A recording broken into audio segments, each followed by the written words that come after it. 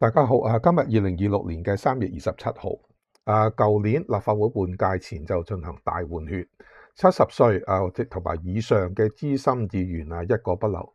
新一屆嘅立法會上一任近3個月，中央官員就督促立法會同行政機關同唱一台戲，提升治理水平。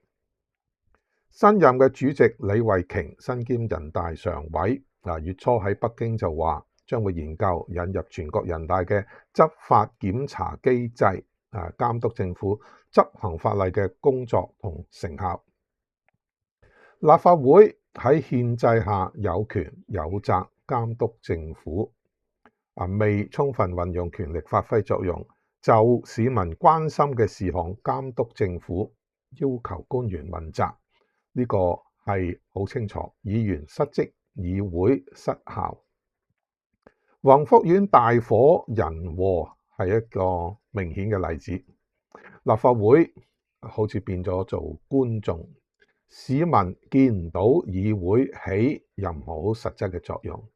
主席就喺度大講學人大監督政府，令人感覺到莫名其妙。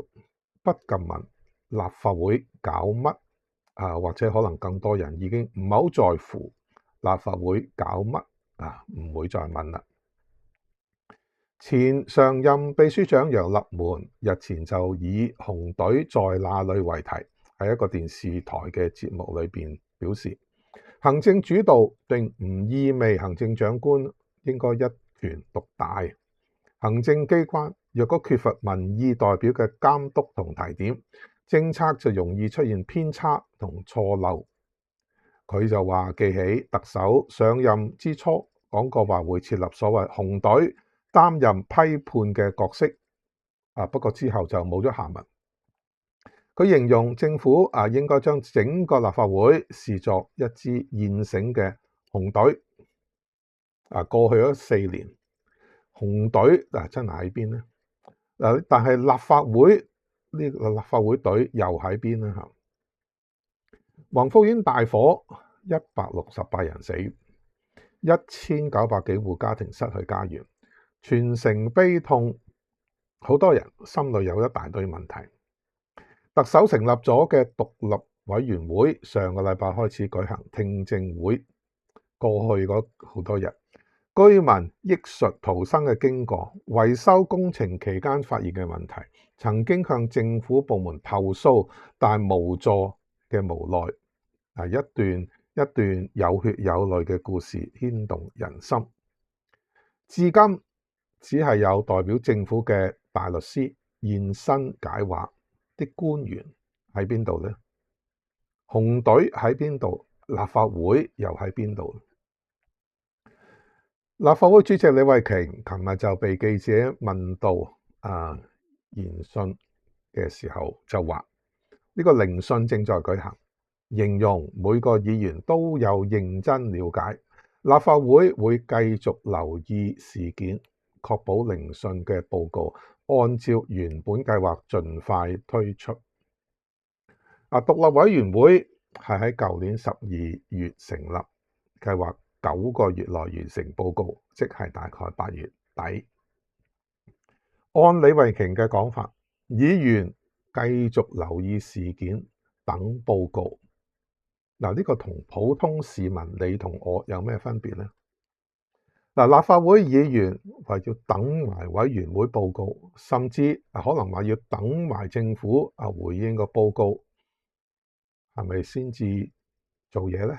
呢個係咪就係所謂行政主導、行政立法同唱一台戲呢？獨立委員會同居民提出咗一系列裝修工程、部門巡查、部門處理投訴、立案法團運用嗰個運作等問題。作為議會理應就唔同嘅問題跟進，要求官員交代。行政主導唔代表立法會只係能夠等獨立委員會完成報告先至有角色。李慧瓊作為立法會主席，一句繼續留意事件，係咪自我弱化立法會嘅功能？呢個係咪就係全國人大模式？過去嗰個幾星期，聽證會嘅聆訊新聞令人百感交集。既睇到制度失效、醜陋嘅利益交錯，亦都見到人性光輝、小市民嘅真誠。但係那邊廂立法會裏邊出現嘅兩幕就令人感到啼笑皆非。第一幕，公務小組委員會琴日審議一項2億元嘅東涌第133B 區嘅公共運輸交匯處項目。選委界嘅立法會議員劉家強，劉係大樓嘅劉，佢發言嘅時候就離咗題，講到茶果嶺村福利設施，就東涌同茶果嶺都有相當大嘅距離嚇。講咗20秒到傳媒咁報導。主席陳紹雄就嘗試叫停佢，但係叫唔停。呢位劉家強反而就問個主席：而家唔問得住咩？大概一個問題。之後陳紹雄就解釋個會議未傾到嗰個項目，仲係傾緊東涌。點解佢問茶果嶺呢？原來劉家強發言嘅內容係等到下個議程先到，涉及嘅係一個茶果嶺村地盤嘅一個興建福利設施嘅項目。據報道，呢位劉家強係人大代表，仲分別係滅罪委員會同埋社區參與助更生委員會嘅委員。公眾相信對佢零認識。所謂 Do you know him？我就唔識啦。佢就喺琴日嗰個公務小組委員會上超前發言，未講到嗰項就已經講咗先。呢個都真係令人嘆為觀止。劉家強好明顯琴日就坐咗喺立法會，但係我諗好多常理去諗都無法理解佢究竟喺度做緊乜嘢。立法會禮拜三嘅一個例會上，出版界嘅選委界議員李家駒提出咗一個議案，叫做推廣香港全民閱讀。呢個議案有多個差唔多9個議員提出咗對呢個議案嘅修訂，但係冇一個提出修訂嘅或者議會辯論呢個時候個議案嘅時候提到一拳書館負責人同埋職員喺禮拜三例會前嘅一日，禮拜二被警方國安處拘捕呢件事。被拘捕嘅4人而家已經暫時釋放咗，就未知會唔會正式被檢控下。